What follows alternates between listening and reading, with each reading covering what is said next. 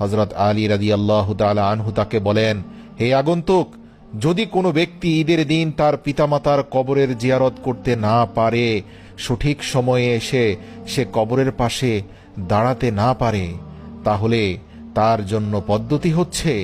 সে যেন ঈদের দিন প্রথম যে খাবার খাবে সেই সময় একবার সূরা ফাতিহা এবং 3 বার সূরা ইখলাস পাঠ করে নিজ নিজ মৃত আত্মীয় স্বজনদের জন্য, দাদা দাদি, নানা নানি, নিকট আত্মীয়দের মাগফিরাতের জন্য দোয়া করে। তারপর হযরত আলী বলেন, যদি তুমি তাদের জন্য দোয়া করার কথা ভুলে যাও, ঈদের নাজ নিয়ামত মাস্তিতে ভুলে যাও, তাহলে এর দুটি বিপদের একটি হচ্ছে, প্রথমত তুমি যখন কবরের বাসিন্দা হবে তখন তোমার আওলাদ পরজনও তোমাকে এভাবেই ভুলে যেতে পারে। এছাড়াও তুমি ঈদের মতো খুশির দিনেও নিজের মৃত আত্মীয় স্বজনদের স্মরণ এবং খেয়াল যদি ভুলে যাও, তাদের জন্য অন্তত একটি বারের জন্য দোয়া করা, কবর জিয়ারত করার কথা ভুলে যাও, তাহলে তোমার দোয়াও আল্লাহ কবুল করবেন না। তাদের জন্য দোয়া করবে,